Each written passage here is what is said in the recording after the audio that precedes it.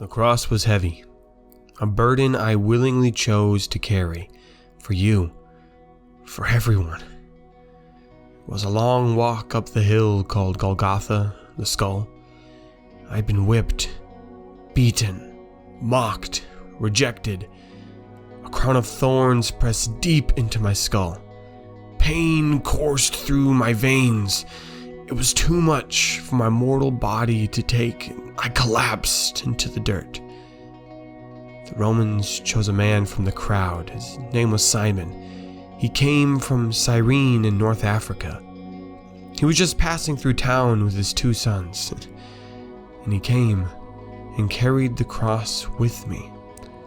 He helped me carry the physical burden, and the burden of sin was mine alone to carry. Soon I would help shoulder the weight of his burdens, along with all of those who followed me to that hill to die.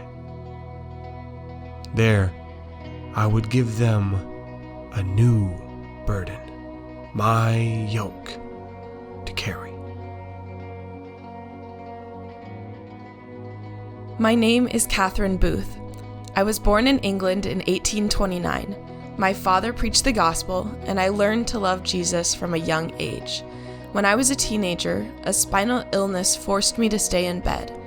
I was confused why God would let this happen. But when I surrendered this burden to Him, it only made my faith stronger as I read the Bible and learned more about Christ. With my husband William, I fought against alcoholism and human trafficking and fought for better labor laws for children and women. It wasn't easy. As I preached about Jesus, I was egged, booed, and harassed just because I was a woman. But Christ was always by my side. His burden, this burden, was light. Even my damaged spine could carry it. Together with my husband, we started the Salvation Army, a force of thousands to protect others and lighten their burdens, just as Christ had lightened mine.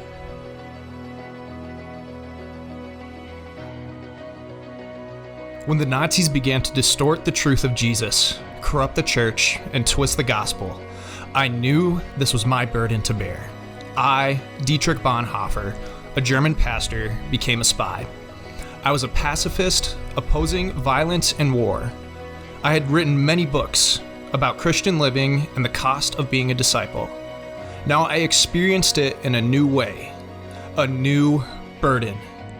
I resisted, I hid, I protected those in need. Eventually, the Nazis arrested me. In prison, I continued to share Jesus, the real Jesus. I felt like Paul and the early followers of Jesus, except the prison walls never broke open for me, and I didn't need them to. How could a mere cell imprison me when I have been set free? I was executed for my faith, for sharing the truth, and I was honored to die for Him. A burden I gladly bore.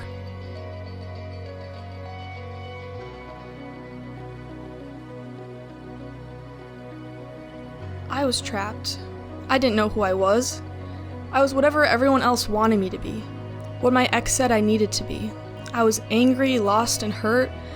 I had heard about Jesus online, but never really gave him much thought. Then my friend invited me to camp, and I got to meet him myself. Jesus changed my life and set me free.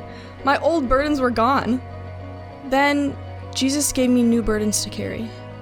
I gave up all my old habits and addictions. It was painful to rip out those parts of me. Back home, my friends didn't recognize who I'd become. They excluded me, even talked behind my back. There were more eyes watching me.